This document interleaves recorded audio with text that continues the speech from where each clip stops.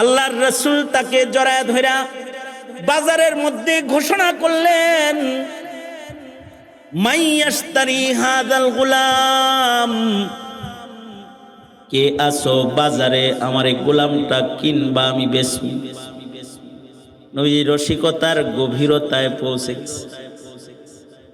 যদি নবীর গোলাম হওয়া যায় তাহলে এটা তো আরো ভালো। রসূলে খুদা কি गुलामी में क्या है, जरा तुम गुलामी में आकर तो देखो, गुलामी है बादशाही से बेहतर, इधर आओ किस्मत जगा कर तो देखो। फजीलत बड़ी है दरे मुस्तफ़ा की, बरसती है उस दर पे रहमत खुदा की, जो तुमको भी है फैज़ पाने की ख्वाहिश, जबीने अक़ीदत झुका कर तो देखो। मुहम्मदुर रसूलुल्लाहर গোলাম হইতে পারলে তো আরো ভালো। সাহাবী বলে, সরওয়ারে দু আলম, কালা গোলাম কেউ কিনবো না, এটার দাম নাই। আমি কালা কালুড়া, আমারে কে কিনবে, আমার কোনো দাম নাই। কিন্তু আল্লাহর রাসূল সাহাবীকে জড়ায় ধরে কয়, তোর চামড়া কালা, তাই জমিনের মানুষের কাছে তোর দাম নাই, কিন্তু আমি সাক্ষী দিতেছি তোর ঈমান আমল ভালো, তুই আল্লাহর কাছে দামি। আনতা ইনদাল্লাহি গাল, তুমি আল্লাহর কাছে ভালো। এই কারণে ভালো মানুষ হবে কি দিয়া? ঈমান দিয়া, আমল দিয়া। ইন্নাল্লাযীনা আমানু ওয়া আমিলুস সালিহাত উলাইকা হুম খায়রুল বারিয়াহ। ঈমান আমল দিয়া সৃষ্টির শ্রেষ্ঠ হবে। সুতরাং ঈমানকে নষ্ট হইতে দেওয়া যাবে না। ঈমান নষ্ট হয় গুনাহ দিয়া, পাপাচার দিয়া। ঈমান নষ্ট হয়ে যায় বদ পরিবেশে গেলে, ঈমান নষ্ট হয়ে যায় বদ কাজ করলে। ঈমান আর আমলের যত্ন করে যারা কবরে যায় তারা হলো চালাক। ঈমান আমল যারা নষ্ট করে তাদের মতো কপাল পোড়া আর নাই। আলা রাসূলুল্লাহ সাল্লাল্লাহু আলাইহি ওয়াসাল্লাম, ইন্নাল্লাহা লা ইয়ানজুরু ইলা সুওয়ারিকুম ওয়া আমওয়ালিকুম ওয়ালাকিন ইয়ানজুরু ইলা কুলুবিকুম ওয়া আ'মালিকুম। আল্লাহর রাসূল বলেন, নিশ্চয়ই মহান রব্বুল আলামিন তোমাদের বাহ্যিক সূরত দেখেন না, তোমাদের মাল দৌলত আল্লাহ পাক দেখেন না। আল্লাহ দেখেন তোমাদের কলব কেমন, ঈমান আছে। আল্লাহ পাক দেখেন তোমাদের আমল কার কত সুন্দর। কারোর যদি কলব সুন্দর হয় আর আমল সুন্দর হয়, কালা হইলো এর অনেক দাম। নবীজির কাছে একটা কালা মানুষ আসা যাওয়া করতো, এই কথাটাই আমার শেষ কথা। নবীজির কাছে কিছু কালো মানুষ ছিল যারা অনেক দামি, যেমন বেলাল কালো কিন্তু গোলাম, কিন্তু অনেক দামি। ইসলামের ইতিহাসে হযরত লুকমান কালো গোলাম কিন্তু অনেক দামি। সূরা লুকমান কোরআনে কারীমে আছে। কিয়ামত পর্যন্ত লুকমানের আলোচনা জমিনের উপরে হবে। কালা মানুষ, গোলাম মানুষ। আল্লাহর রাসূলের কাছে একটা কালা লোক আসা যাওয়া করত, নাম যাহির বিন হারাম রাদিয়াল্লাহু আনহু। একদিন উনি আল্লাহর রাসূলের সাথে দেখা করতে আসছে। কথাটা ভালো করে শুনলে আমার বলতে হবে না কোন সুবহানাল্লাহ, অটোমেটিক সুবহানাল্লাহ আপনাদের বাইরে হয়ে আইবে। একবার আল্লাহর রাসূলের কাছে উনি আসলেন, আর আল্লাহর রাসূল করলেন কি, এই কালা লোকটারে পরিচয় করায় দিতেছে। কেমনে পরিচয় করায় দেয়? আল্লাহর রাসূল বলে, এই সাহাবীরা, এই যে যাহির বিন হারাম, ও হইল আমার গ্রামের বন্ধু আর আমি ওর শহরের বন্ধু। খেয়াল করে যারা শুনছেন তারা সুবহানাল্লাহ কইছেন, বাকিগুলা এরকম চেয়েছিলেন। বুঝেন না এই কথাটা? আমি আবার বলি, আল্লাহর রসুল একটা কালো লোকরে পরিচয় করায় দিতেছে। এই সাহাবীরা, এই কালো লোকটা ও আমার গ্রামের বন্ধু আর আমি ওর শহরের বন্ধু। কে বন্ধু বলতেছে? যিনি আল্লাহর বন্ধু তিনি হেরে কয় বন্ধু। তার মানেটা কি? তার মানে হলো হাবিবুল হাবিবি হাবিবুন। আসলে এই কালো লোকটা শুধু আল্লাহর রসুলের বন্ধু না, সে আল্লাহরও বন্ধু, আল্লাহর সাথেও তার বন্ধুত্ব। তারা কি রসুল তারে বন্ধু কয়? নবীজি বলতেছে, একবার আল্লাহর রসুল মদিনার এরকম বাজারে গেছেন, যা দেখে জহের বিন হারাম তিনি তরকারি বেচতেছে, সবজি বিক্রি করতেছে। গ্রামে গঞ্জে বাজারে কেলা পাতা বিছায় দোকান দিয়ে বহে না, এই শাপলা ফুল কচুরমুখী এই সেই আইনা বেচা শুরু করে, এই একটা দোকান। এই কালো লোকটা গ্রাম থেকে তরকারি আইনা বাজারে বেচতেছে। বন্ধু বন্ধুর মোহাব্বত যদি গভীর হয় তাইলে অনেক সময় রসিকতার ভেতরে লেগে যায়। বন্ধু যদি বন্ধুরে দেখে তো সামনে দিয়ে যায় না, পিছন দিক দিয়ে যায়, চোখ ধরে, চোখ ধরে বুঝাইতে চায়, খালি দোস্ত দোস্ত কস, দেহি আমার হাতের ছোঁয়ায় বুঝোস নি আমি কে। এমনে ধরে, আবার এমনি ধরে, ডাইনেও ঘুরতে দেয় না, বামেও ঘুরতে দেয় না, বুঝাইতে চায় আমার হাতের জাতা মাতা দিয়েও বুঝোস না আমি কেডা।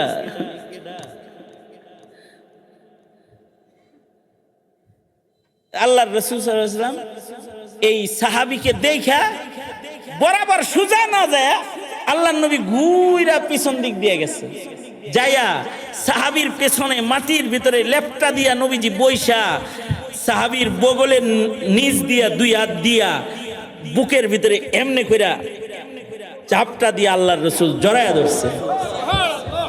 নবীজি যখন এভাবে জড়ায়া ধরছে, সাহাবী তো বুঝা লাইছে কে ধরছে। নবীজির গায়ের গ্রান গ্রান, রাস্তায় যদি নবীজি চলতেন তো সাহাবীরা গ্রান পাইতেন যে এই পথে রসুল গেছে। সেখানে আল্লাহর রসুল ধরছেন, বুঝে নাই কেডা ধরছে, বুঝা শুননে সাহাবী করে কি এমনি নিজের পিঠকে নবীজির বুকের সাথে ঘইসা বরকত লাগাইতেছে, গায়ের চামড়ার সাথে নবীজির দেহের ছোঁয়া লাগুক, যেন এই গায়ে যেন দোজখের আগুন স্পর্শ না করে, ঘষা দিতেছে, নিজের দেহ ঘষতেছে।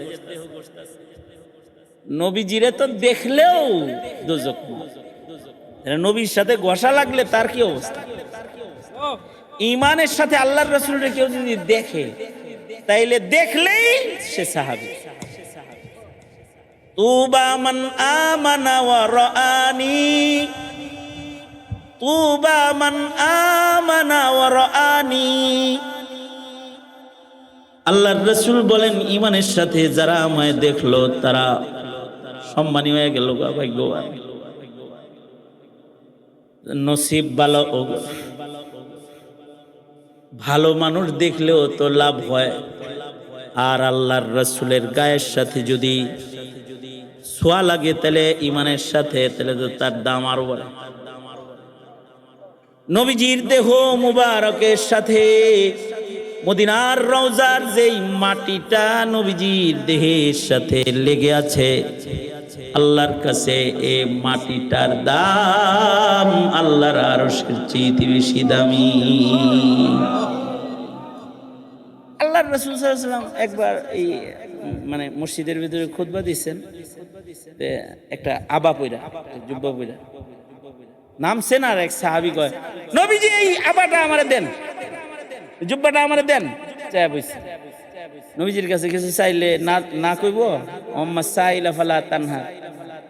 নবীজির সাথে সাথে ঘরে ঢুকছে, ঘরে ঢুইকা আবার একটা প্যাকেট কইরা আনতেছে এর জন্য। নবীজি আলাদা কাপড় পইরা, নবীজি যে কাপড়টা খুইলা ওখানে যে প্যাকেট করতেছে, এই ফাঁকেই সাহাবীরা এরে ধরছে, ওই নবীর জামা চাইলি কে রে,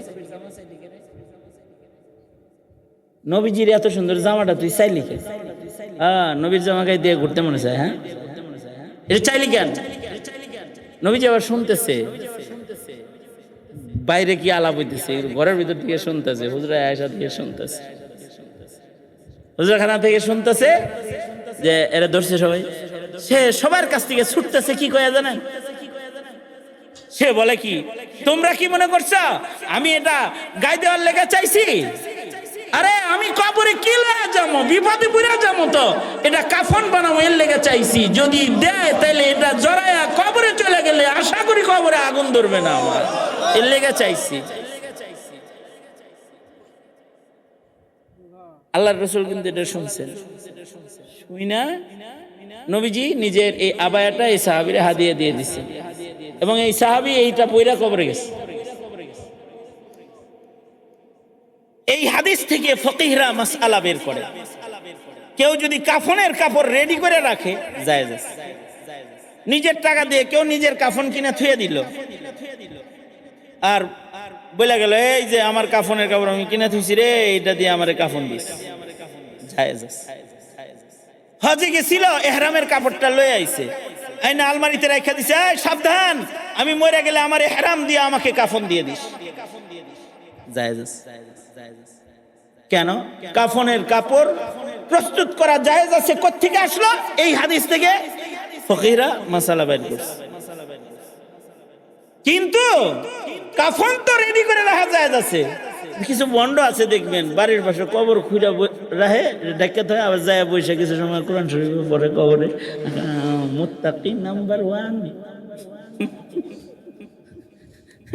মিয়া কাফন রেডি করা জায়েজ আছে, কবর রেডি করা জায়েজ নেই।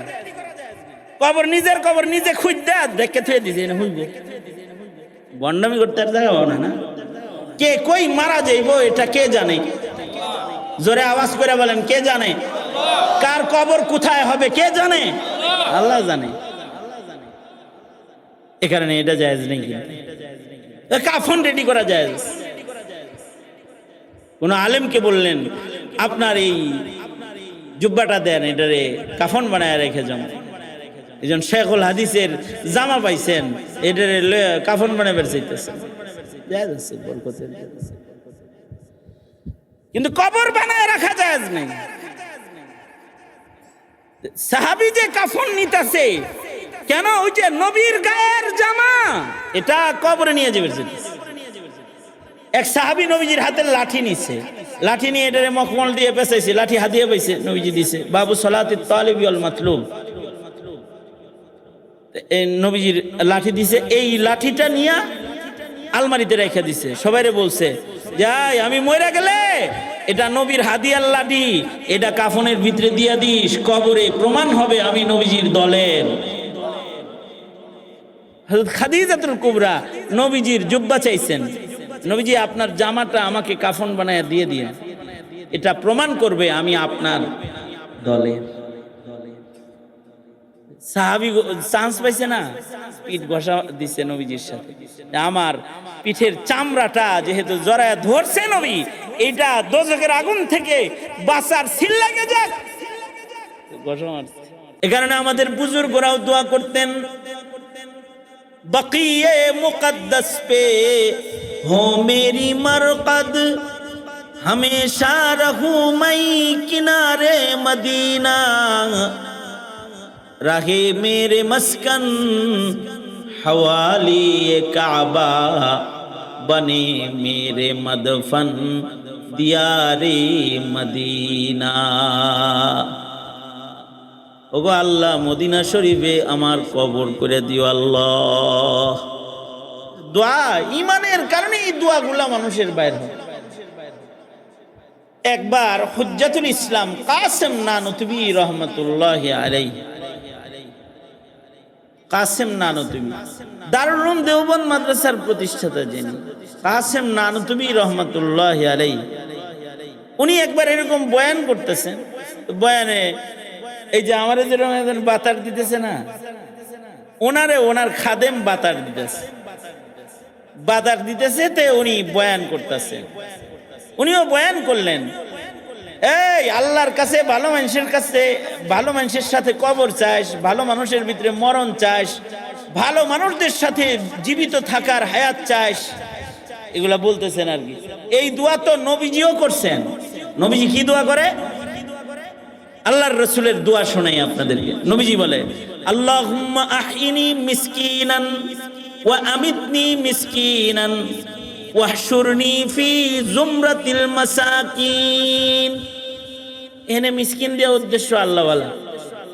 আল্লাহ, আপনি আমাকে ভালো মানুষদের সমাজে বাঁচায় রাখেন, আমাকে ভালো মানুষদের সমাজে মরণ দান করেন। ও আল্লাহ, ময়দানে মাহশারে আপনার পেয়ারাদের সাথে আমার হাসর করেন। নবীজির দোয়া এটা। ভালো মানুষের ভিতরে বাঁচলেও লাভ, ভালো মানুষের ভিতরে মরলেও লাভ, ভালো মানুষের সাথে কবরে শুইলেও লাভ। এই যে ভালো মানুষ যদি বসে থাকেন এক জায়গায়, এনে যদি মরে যান তো লাভ। আর যদি গাঞ্জার আসরে যে টানাটানি হইতেছে কলকি, এনে যে ওখানে যে কেউ বয়ে রইল আর ওখানে মরলো, তো ওখানে মরলেও লস। কি কথা কান লাগে, বুঝতেছেন বিষয়টা? হায়াত মতের কথা কোন যায়, কখন মৃত্যু আইব কইতে পারবো কেউ?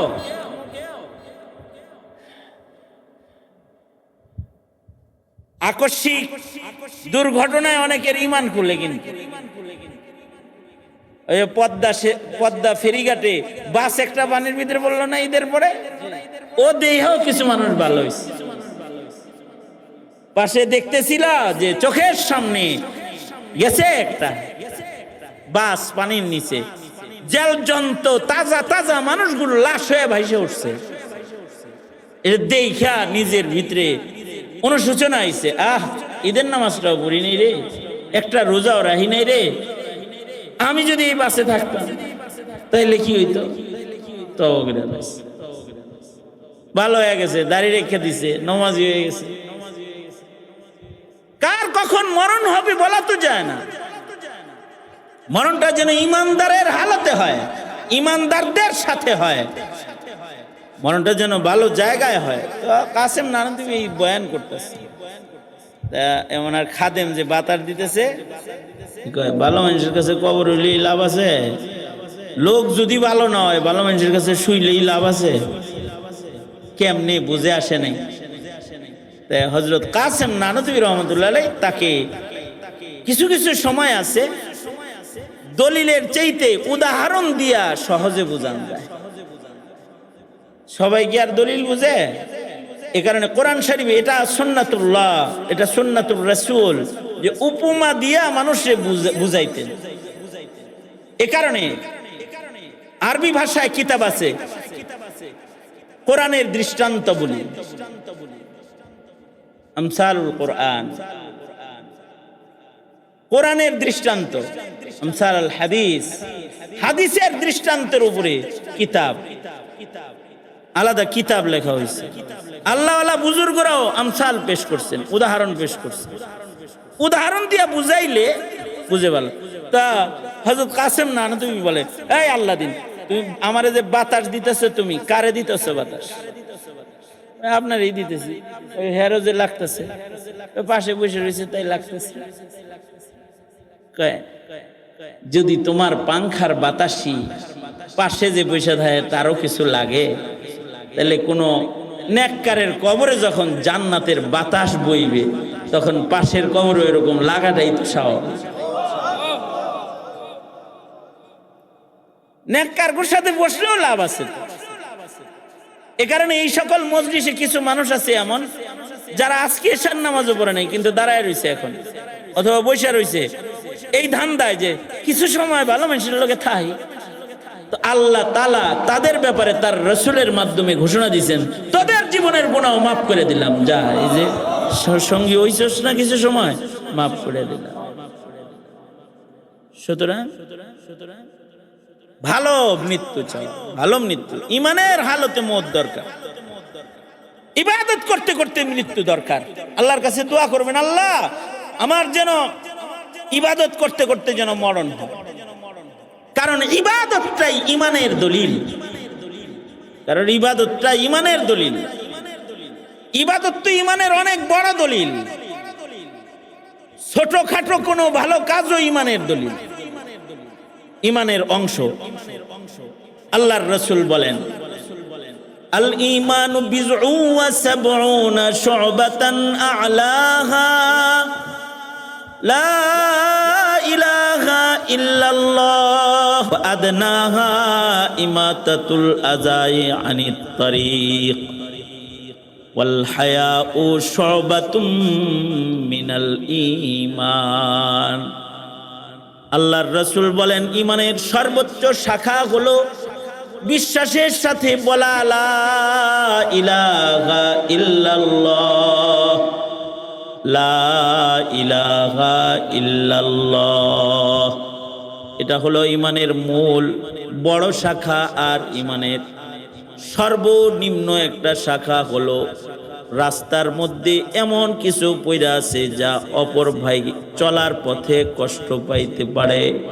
কেউ যদি আল্লাহর কোনো বান্দা কষ্ট না পায়, এজন্য রাস্তায় পড়ে থাকা কাঁটাটাও যদি কোনো বান্দা সরায়, তাহলে এই কাজটাও আল্লাহর কাছে ঈমান। রাস্তার কাঁটা সরাইলো, এটাও ঈমান। লাজ শরম হায়া এগুলো ঈমান। লাজ শরম, এ কারণে প্রবাদ বলে লজ্জা আছে যার ঈমান আছে তার, লজ্জা নাই যার ঈমান নাই তার। লাজ শরম যাদের হারায় যায়, নষ্ট হয়ে যায়, তাদের ঈমান নষ্ট হয়ে যায়। এ কারণে প্রতিটি মুসলিম তার লাজ শরম, লজ্জা শরম এইটারও খুব সংরক্ষণ হিফাজত করবে। কারণ লাজ শরমের হিফাজতের মাধ্যমে ইমানদারি হেফাজত হয়, ইমানদারি রক্ষা হয়। যার লজ্জা বেশি তার ঈমান বেশি, যার লজ্জা শরম কম তার ঈমান কম। কিছু মানুষ আছে নির্লজ্জ বেহায়া, এদের ঈমান ধীরে ধীরে নষ্ট হয়ে যায়। আর কিছু মানুষ আছে খুব লজ্জাওয়ালা, নবীরা খুব লজ্জাওয়ালা ছিলেন, নবীদের লজ্জা বেশি ছিল। কারণ নবীদের চাইতে ভালো ঈমানদার জমিনের উপরে আর নাই। এ কারণে নবী রাসূলদের লজ্জা বেশি। মুসা আলাইহিস সালাতু ওয়াস সালাম, ওনার লজ্জা বেশি তো ঈমান বেশি। এ কারণে বনি ইসরাইলের বন্ধু বান্ধব যারা আছে এগুলোর লগে গোসল করেন, কারণ ওরা উলঙ্গ গোসল করে। লজ্জার কারণে উনি আলাদা গোসল করে। তো লজ্জাওয়ালা মানুষটাকে ওরা এক সময় গালি দিল, জানো আমগুলোর লগে যায় না কিল্লিগা গোসলে মুসা, সমস্যা আছে, সমস্যা আছে। আমরা যেরকম সুস্থ সুন্দর না, ওর একটু ঝামেলা আছে মনে হয়, এই কারণে আমগুলোর লগে যায় না। আল্লাহ রাব্বুল আলামিন পয়গম্বর যে আসলে নিখুঁত, পয়গম্বর যে সুস্থ, এটা প্রমাণ করতে হবে না। এ কারণে আল্লাহ পাক করলেন কি, পয়গম্বর একদিন একা একা একদিকে গোসল করতেছে, বনি ইসরায়েলের যুবকরা আলাদা গোসল করতেছে। পয়গম্বর নিজের চাদরটা, ইজারটা যে পাথরের উপরে রাইখা পানিতে নামছে, আল্লাহ পাক পাথরে আদেশ করলেন, এই লুঙ্গি নিয়ে দৌড় দে। পাথর তো লুঙ্গি নিয়ে দৌড় দিছে। আজব পাথর লুঙ্গি নিয়ে চাদর নিয়ে দৌড়ায়, আবার আল্লাহর লাগে কথাও কয়, আল্লাহ কোন দিকে যাবো, কোন দিকে যাবো, যার সামনে যা, ওই দিকে যা, ওই দিকে যা। পয়গম্বর লাঠি নিয়ে দৌড় দিছে, এই আমার লুঙ্গি লয়ে কই যাস, কই যাস, দিয়ে যা, দিয়ে যা। ওই কি আর কথা শোনে? ও ডাইরেক্ট বনি ইসরায়েলের ভিতরে ঢুকে গেছে একেবারে। পয়গম্বর মুসা আলাইহিস সালাতু ওয়াস সালাম, ওনার এই সতর ওরা দেখে ফেলেছে। আর ওরা যখন দেখছে, সাথে সাথে আল্লাহ পাক পাথরকে থামায় দিছে। তো পাথর থেকে চাদর নিয়ে নিজেরে ঢেকে ফেলছে। কিন্তু আল্লাহর রাসূল সাল্লাল্লাহু আলাইহি ওয়াসাল্লামের কাপড় হযরত আব্বাস একদিন খুলে ফেলছিলেন। আল্লাহর রাসূল চাদর টান দেওয়ার সাথে সাথে কাবা শরীফের মাতাফের ভিতরে বেহুশ হয়ে পড়ে গেছে। বাইতুল্লাহ পুনর্নির্মাণ হইতাছে। এখন ওদের একটা নিয়ম হইল, যেই কাপড় বইরা গুনাহ করি, ওই কাপড় বইরা কাবা ঘর বানান যায়। সব কাপড় থুয়ে আয়, সব ল্যাংটা হয়ে নির্মাণ করি, সব উলঙ্গ হয়ে বাইতুল্লাহ শরীফ নির্মাণ করতেছে। কিরকম মূর্খের মূর্খ চিন্তা করেন। বাপ বেটা চাচা হয়েছে সব ল্যাংটা হইয়া বাইতুল্লাহ শরীফ বানাই দিচ্ছে। যে কাপড় পইরা গুনাহ খাতা করে ওই কাপড় পইরা কাবা নির্মাণ করব না, এই জন্যে উলঙ্গ এই নির্মাণ করতেছে। আল্লাহর রাসূল গেছেন ওখানে, নবীজি যখন গেছে তো নবীজি পাথরগুলাকে মাথায় নিয়ে নিয়ে আনতেছে। হযরত আব্বাস বললেন, মুহাম্মদ তোমার কষ্ট হইতাছে, লুঙ্গিটারে বিরা বানাও, বিরা, তাহলে মাথায় কি লাগবে না, পাথরের আঘাত লাগবে না। নবীজি বলেন যে না না অসুবিধা নাই, আমি এমনি আনি। ভাতিজার মোহাব্বতে চাচা আব্বাস নবীজির কাপড় টান দিয়ে খুলে ফেলছে, খুলে বিরা বানা, সব আমরা একরকম, তুই আর একরকম, হইল কিছু। আল্লাহর রসুলের কাপড় ধরে টান দেওয়ার সাথে সাথে আল্লাহর নবী বেহুশ হয়ে পড়ে গেছে। হযরত আব্বাস সাথে সাথে নিজের বুক দিয়া আল্লাহর রসুলের সতরকে ঢেকে ফেলেছে। তাড়াতাড়ি চাদর দিয়া নবীজির ইজার লুঙ্গি নবীজিকে পড়ায়া দিছে।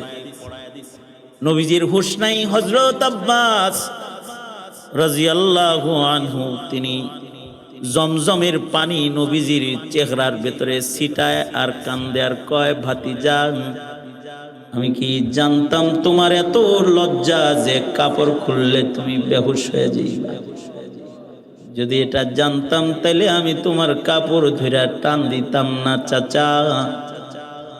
অনেক সময় জমজমের পানি ছিটানোর পরে নবীজির হুঁশ এসেছে। হযরত আব্বাস বলে, ভাতিজা মুহাম্মদ বেহুশ হইলা কেন? চাচা বলো কি কারণে বেহুশ হয়েছো? আল্লাহর রাসূল বলে, আমার কাপড় খুলে গেলে আমার সতরের উপরে মানুষের নজর পড়বে, আমি লজ্জায় শরমে অজ্ঞান হয়ে গেছি। নবী বলে, আল হায়াউ শুবাতুম মিনাল ঈমান, নিজের ছেলে মেয়েরে লাজ শরম শিখানি চাই। হাফ প্যান্ট, শার্ট প্যান্ট আর অর্ধলঙ্গ পোশাক, এই যে লাজ শরমের বিষয় শিক্ষা দেওয়া চাই। হিজাব, পর্দা, সতর ঢাকা ফরজ, নিজের আব্রু ইজ্জত ঢাইকা ঢুইকা চলা ইসলামের বিধান, এমন বিধান যার দ্বারা মানুষের ঈমান মজবুত হয়। এই কারণে যত দেখবেন বেঈমানের দেশে যাইবেন তত ল্যাংটা মানুষ বেশি পাইবেন। বেঈমান, যত বেঈমানের দেশে যাবেন তত উলঙ্গ বেহায়া লোক বেশি পাবেন। আর যত ঈমানের দেশে যাইবেন তত দেখবেন ঢাকা ঢুকা মানুষ বেশি, ধাক্কা থাকে মানুষ বেশি। কয়েকদিন আগে আমার প্রোগ্রাম ছিল পুরসা মাদ্রাসা, পুরসা মাদ্রাসার পাশে উত্তরবঙ্গের যে সেই 80 বছরের পুরানা মাদ্রাসা, ওইখানে গেছি। তা ওইখানে স্বাধীনতার বহু আগে মাদ্রাসা প্রতিষ্ঠিত হয়েছে। আমি ওইখানে যা বললাম, আপনাদের গ্রামের কিছু বৈশিষ্ট্য বলেন, এতকাল মাদ্রাসা। ওনারা বললো যে এই মাদ্রাসার বরকতে আমাদের এমন কোনো বাড়ি নাই যে বাড়িতে হাফেজা নাই। মানে আমাদের গ্রামের সব ঘরেই হয়তো হাফিজুল কোরআন ছেলে আছে, তাছাড়া হাফেজা মেয়ে আছে। আর কিছু শোনান, এই চৈত্র মাসের গরমের ভেতরেও যদি আপনি দুপুর বেলায় যদি আমাদের এলাকায় গ্রামে বাইর হন, তাইলে রাস্তায় যত মহিলা পাবেন সব নারীদের হাত মোজা পাও মোজা দিয়া ঢাকা, আব্রু ইজ্জতওয়ালা নারী ছাড়া বেগানা কোনো মহিলার সাথে আমাদের এই গ্রামে আপনার মোলাকাত হবে না। যদি কাউকে পাওয়া যায় ওর বাড়ি আমাদের গ্রামে না। তার মানে ঈমান, লজ্জা শরমের কারণে তাদের ঈমান মজবুত, হায়া লাজ বেশি, ঈমান বেশি। মানব জীবনে ঈমান ঠিক করা, ঈমান ঈমান ঈমান ঈমানের অনেক যত্ন করা। কারণ মানুষ উৎকৃষ্ট হিসেবে গণিত হয় হলো ঈমানের কারণে, আমলের কারণে। আর মানুষ নিকৃষ্ট হিসাবে গণিত হয় ঈমান আমল নষ্ট হয়ে গেলে। মানুষ যদি নিকৃষ্ট হয় সমস্যা কি? মানুষ যদি নিকৃষ্ট হয় তো এটা কুত্তার চাইতে খারাপ, শুয়োরের চাইতে খারাপ। এটা কি কথাটা আমার না? আল্লাহ বলেন উলাইকা কাল আনআমি বাল হুম আদাল। একটা নিকৃষ্ট মানুষও গোটা জাতির ভাগ্য নষ্ট করে দেয় অনেক সময়।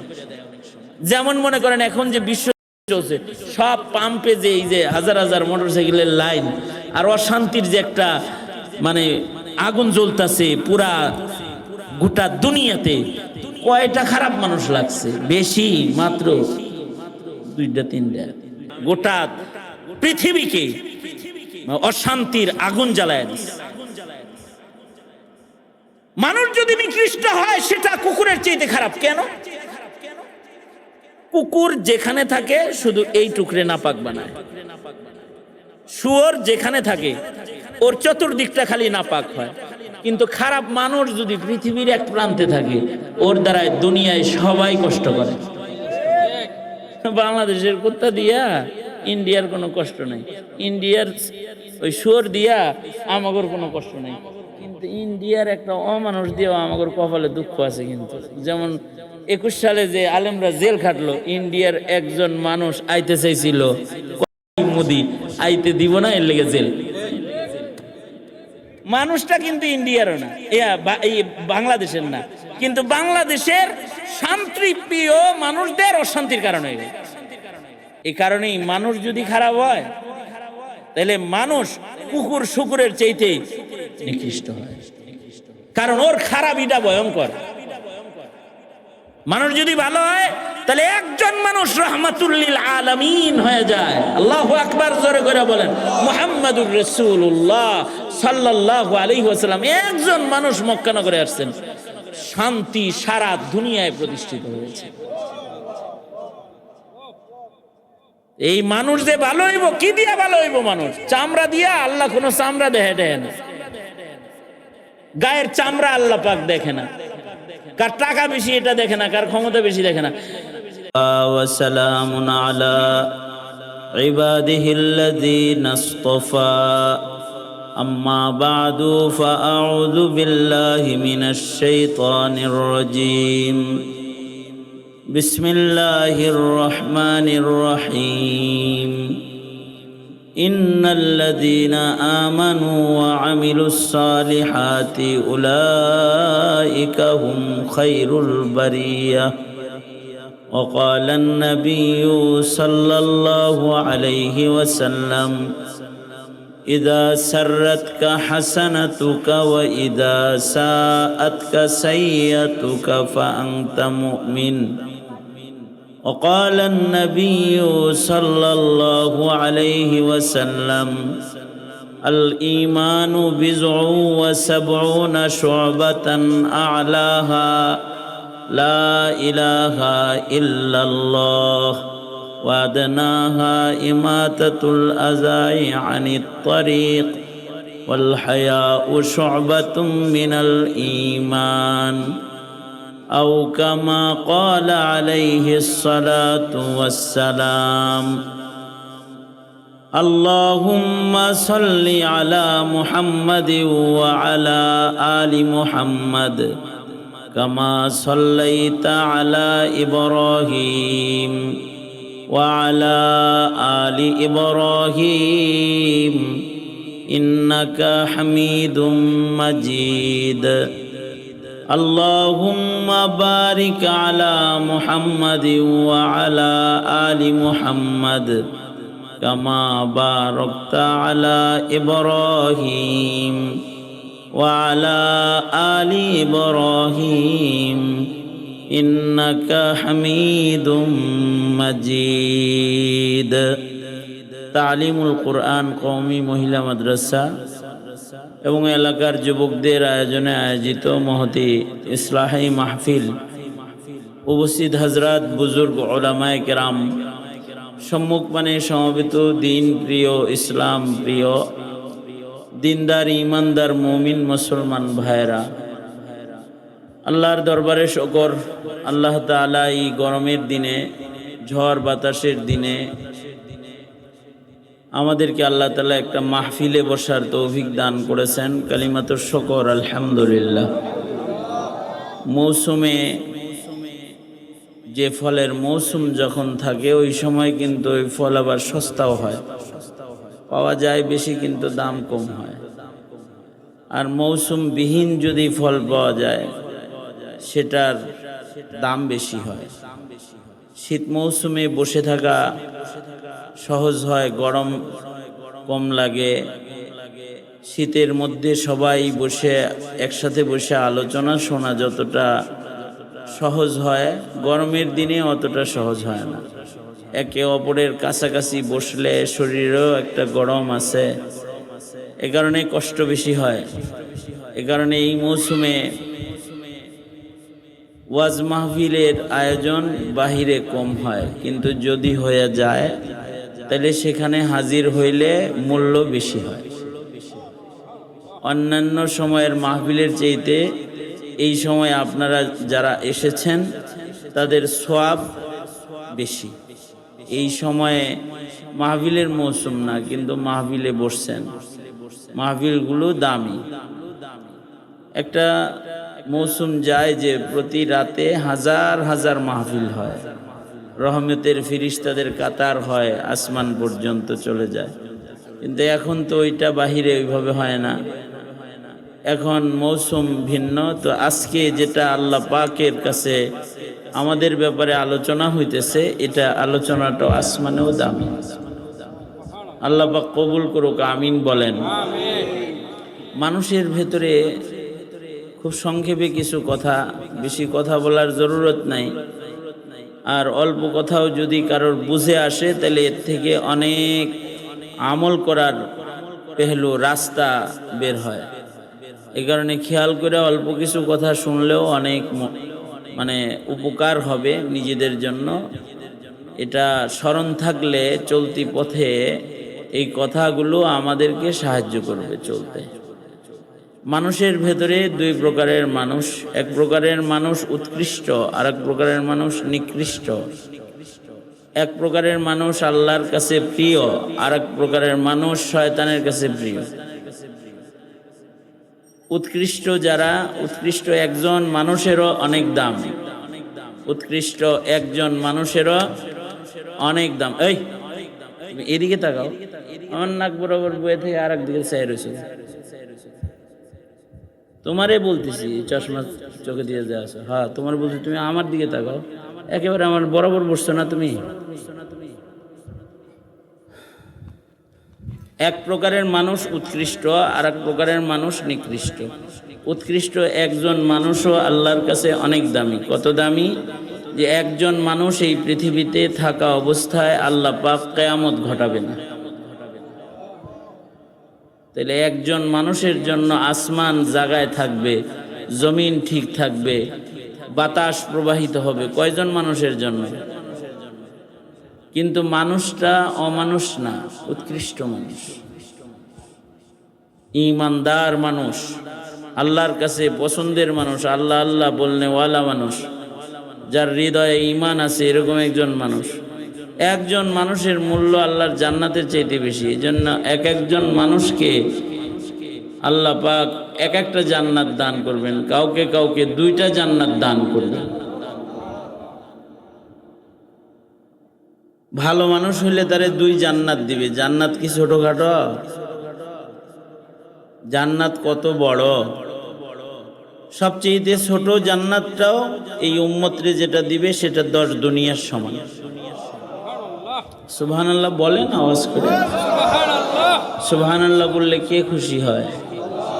আল্লাহ খুশি হয়। কখনো কখনো আনন্দ চিত্তে, উৎসাহ সহকারে, খুশি সহকারে আল্লাহর নাম জপতে হয়। সারা দিনে আল্লাহর নামও তো জপার সময় আমাদের হয় না এখন। আগের জমানার মানুষের জিকির এক সেকেন্ডের জন্য জিহ্বা জিকির থেকে গাফেল ছিল না। আমাদের গুনাহের কাজের সম্পৃক্ততা এত বাড়ছে যে আল্লাহর নাম জপার মতো সময় আমাদের এখন মিলে না। মোবাইল আসছে, ইন্টারনেট আসছে, বিভিন্ন আজে বাজে ব্যস্ততা আমাদেরকে ঘিরে ফেলছে। যারা তসবিহ টিপত, আল্লাহ আল্লাহ বলতো, তারা এখন ফাহেসা কাজে পড়ে থাকে, গেম, ফেসবুক, ইউটিউব, ইন্টারনেট এগুলোর ভেতরে ঢুকে থাকে। এ কারণে সুযোগ পাইলে মাহফিলে বসলে সুবহানাল্লাহ, আলহামদুলিল্লাহ, আল্লাহর নাম নিলে আল্লাহ খুশি হয়। বলেন সুবহানাল্লাহ। নেকি হয়েছে না? নেকি হয়েছে। বলেন আলহামদুলিল্লাহ। বলেন লা ইলাহা ইল্লাল্লাহ, আল্লাহু আকবার, আল্লাহু আকবার। এই যে জিকির করলাম, একদিক দিয়ে নেকি হইল, আর ভালো যে উপকারগুলো জিকিরুল্লাহর আর একটা উপকার হইল, জিকির করলে আল্লাহর মহব্বত বাড়ে। আল্লাহর মহব্বত না বাড়লে ইবাদত করতে পারে না কেউ। যখন আল্লাহর মহব্বত বেড়ে যায় তখন নামাজ ছাড়তে পারে না। আল্লাহর মহব্বত বেড়ে যায় তখন কোরআন শরীফ পড়তে মনে চায়। আল্লাহর মহব্বত বেড়ে গেলে তখন তার হজে যাইতে মনে চায়। আল্লাহর মহব্বত বাড়লে সাদাকা খায়রাত করতে মনে চায়। এই যে আল্লাহর মহব্বতটা বাড়বে, আল্লাহর মহব্বত যে সকল কাজ করলে বাড়ে তার ভেতরে একটা হইল জিকরুল্লাহ। আল্লাহ পাকের জিকির করলে আল্লাহর মহব্বত বাড়ে, দিল সাফ হয়, পরিষ্কার হয়, দিলের দুশ্চিন্তা দূর হয়। এখন মানুষের দুশ্চিন্তা বেশি না? দুশ্চিন্তা অনেক বেশি। তবে দিলে শান্তি দিবে একটা জিনিস, আলা বিযিকরিল্লাহি তাতমাইন্নুল কুলুব। কেউ যদি জিকির করে তাহলে তার দিলে শান্তি আসবে। এই জন্যে জিকির করলে কি হয়? পেরেশানি দূর হয়, দিল ঠান্ডা হয়, সুকুন আর ইতমিনান দিলের ভেতরে আসে। বলেন আলহামদুলিল্লাহ, বলেন সুবহানাল্লাহ, বলেন আওয়াজ করে কোন সুবহানাল্লাহ, আলহামদুলিল্লাহ, লা ইলাহা ইল্লাল্লাহ, আল্লাহু আকবার, আল্লাহু আকবার। আল্লাহ পাক সকাল সন্ধ্যায় জিকির করতে কইছে, শ্বাসে শ্বাসে জিকির। কিন্তু আমাদের তো টাইম আছে? আমাদের তো টাইম নাই। আমাদের বুজুর্গরা বলেন, কিছুই না পারো তাহলে 100 বার সুবহানাল্লাহ, 100 বার আলহামদুলিল্লাহ, 100 বার লা ইলাহা ইল্লাল্লাহ, 100 বার আল্লাহু আকবার, 100 বার আস্তাগফিরুল্লাহ, আস্তাগফিরুল্লাহ, আস্তাগফিরুল্লাহ, 100 বার দুরূদ শরীফ, ডেইলি 6 তাসবিহ জিকির 600। এটা করো। এটা করলে কি হবে? তোমার দিল দেখবা ইতমিনান, শান্তি আসবে দিলের ভেতরে।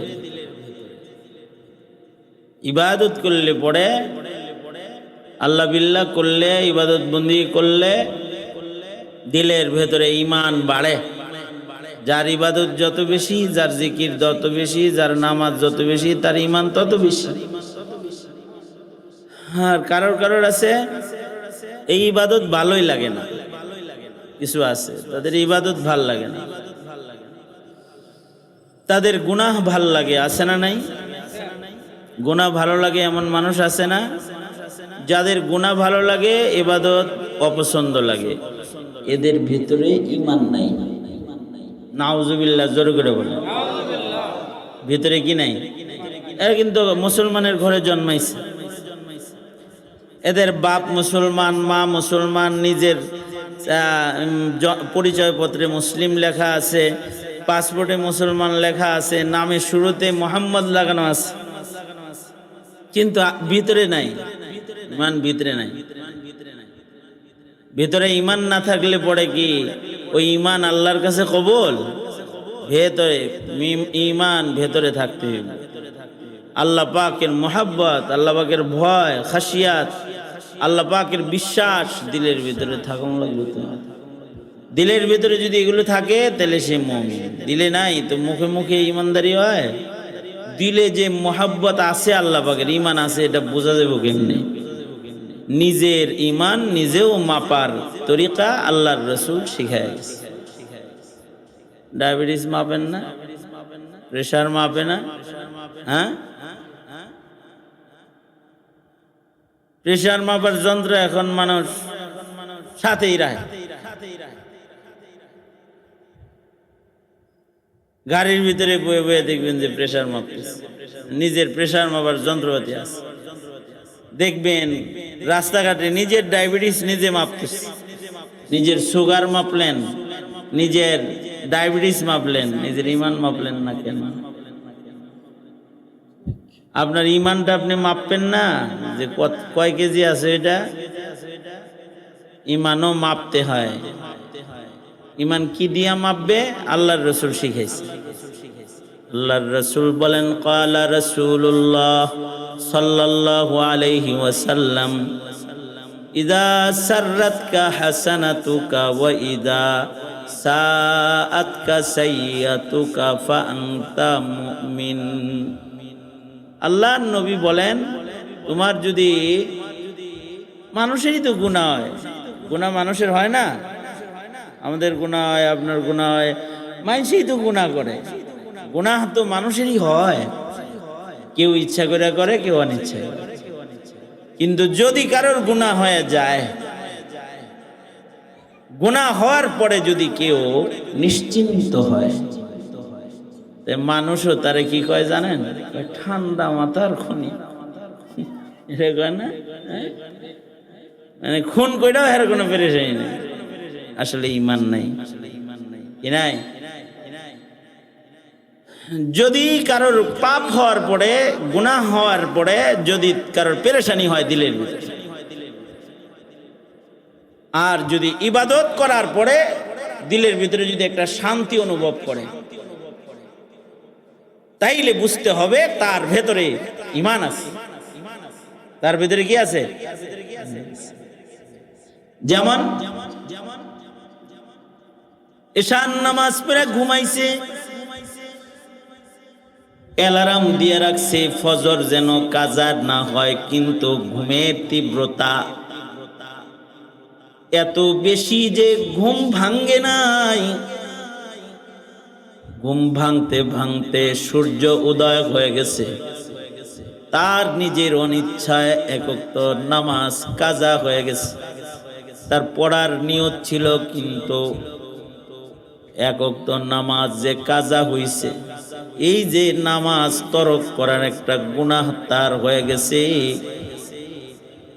নিজের অনিচ্ছায়ও যে নামাজ ছুটছে, এর একটা বেদনা তাকে পেরেশান করেছে। বারবার খালি আহ বের হইতেছে, ইস নামাজটা অল্পের জন্য পড়তে পারলাম না, ইস আর 10টা মিনিট আগে যদি ঘুমটা ভাঙতো তাহলে 2 রাকাত পড়তাম, কেউ যদি একটু ডাক দিতি তাহলে নামাজটা পড়তাম।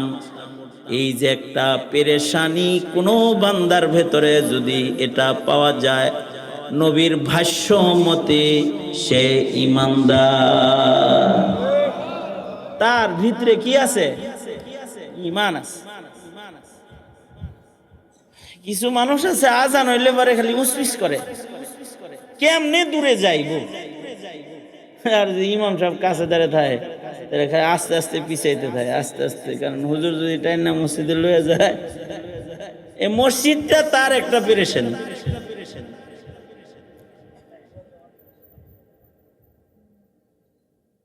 তবে তার দিল ডোলে বাড়ি দিলেই নড়ে চড়ে। কিছু মানুষ আছে না, গান বাদ্যের আওয়াজ শুনলে পরে ও তাজা হয়ে উঠে লাগে, মরা মানুষ যেটা হয়েছে এরকম একটা অবস্থা। যত পাপের আসরের দিকে যায় ও তত সতেজ হয়, আর মসজিদের দিকে যায় সমস্যা। সমস্যা টান দেন যে ভাই চলেন 2 রাকাত নামাজ পড়ি, চলেন যাই, সমস্যা সমস্যা। আর যদি কোন যে ভাই চলেন যাই, গান হইতেছে, চল যাই, খুব খুশি। পাপের কাজে খুশি, পাপের কাজে যার খুশি শুরু হয়, তার ঈমান নষ্ট হয়েছে, এটা তার দলিল যে তার এই ভিতরের ঈমানটা নষ্ট হয়ে গেছে। কারণ কারণ ঈমান সহকারে কেউ গুনাহ করে না, এটা আল্লাহর রাসূল বলছেন। লা ইয়াজনি জানি হিনা ইয়াজনি ওয়া হুয়া মুমিন। কেউ ঈমান অবস্থায় জেনা ব্যভিচার করে না, কেউ ঈমান অবস্থায় চুরি করে না, কেউ ঈমান অবস্থায় খুন করে না, শরাব খায় না, ঈমান অবস্থায় কেউ জুলুম করে না। নবীজি যখন এই কথা বলছেন, সাহাবীরা জিজ্ঞাসা, আল্লাহর নবী তখন ঈমান যায় কই? ঈমান অবস্থায় যে মুমিনেও যে ঈমান অবস্থায় গুনাহটা করে না, তো গুনাহটা যখন করে তখন ঈমান যায় কোথায়? তো আল্লাহর রাসূল বলেন, ঈমান তখন মেঘের আবের মতো মাথার উপরে ঘুরতে থাকে। যতক্ষণ সে গুনাহ করে ততক্ষণ এই ঈমান তার সাথে আসে না। যখন গুনাহ করা শেষ হয় তখন ঈমান আবার তার কাছে আসে। এই কারণেই গুনার হালতে যদি কারোর মৃত্যু হয় তাহলে বেঈমান অবস্থায় মারা যায়। নাউজুবিল্লাহ, আওয়াজ করে বলেন নাউজুবিল্লাহ। আর যদি ইবাদতের হালতে কেউ মৃত্যু হয়, মারা গেছে, তখন ওযু বানাইতেছে, এরে মারা গেছে, কেবল মসজিদে ঢুকছে, মারা গেছে, সেজদা দিছে, ওই সময় মরে গেছে। এই কারণে কিছু কিছু জিনিস দোয়া করবেন আল্লাহর কাছে, কিছু কিছু আলাদা দোয়া করবেন। কি দোয়া?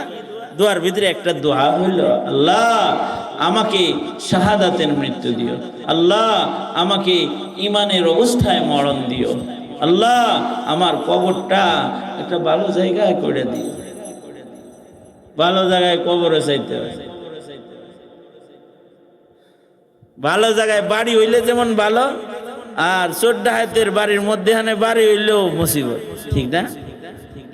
ডাইনে বামে যদি ভালো কোনো লোক থাকে তাহলে নিরাপদ। ভালো জায়গায় কবর হইলেও ভালো, সবার কবরও ভালো জায়গায় হয় না। এ কারণে এইগুলো চাইতে বলছেন। এ কারণে আমাদের বুজুর্গরা দোয়া করতেন, হযরত ওমর দোয়া করতেন, আল্লাহুম্মা রযুকনি শাহাদাতান ফি সাবিলিক ওয়াজআল মাউতি ফি বালাদি রাসূলিক। দোয়া করতেন আল্লাহর কাছে, আল্লাহ আমার মৃত্যু মদিনায় দিও। এই যে হজে গেল না কিছু লোক, এক হাজী সাহেব যাওয়ার সময় আমাকে বলতেছে, হুজুর দোয়া করেন আমাকে যেন আল্লাহ হজ্জে মাবরুর দান করে, আর যদি আমার হায়াত না থাকে তাহলে যেন মদিনা শরীফে আল্লাহ যেন আমার মৃত্যু দান করে, আমার নবীর কবরের কাছে শুইতে মনে চায়। এটা ঈমান, ভালোবাসা। ইনশাআল্লাহ ঈমান যত্ন করব, ইনশাআল্লাহ, ইনশাআল্লাহ। বলেন ইয়া আল্লাহ, ওয়াদা করিতেছি আর কোনদিন নামাজ কাজা করব না, জুলুম করব না, মিথ্যা বলবো না, ইনশাআল্লাহ। ইয়া আল্লাহ তুমি আমাদের সবাইকে কবুল করো, মঞ্জুর করো।